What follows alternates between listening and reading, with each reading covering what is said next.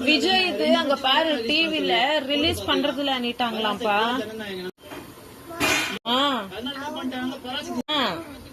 சூடு வைக்கலாமா உங்களுக்கு?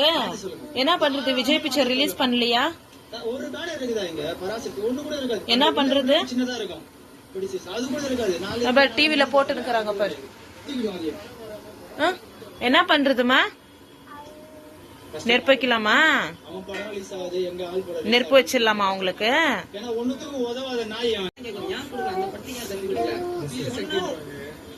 போப்பா இசாக், போ பேம்பர்ஸ் மாத்தின்னு வந்துருப்போ. விஜய் வரானா போ.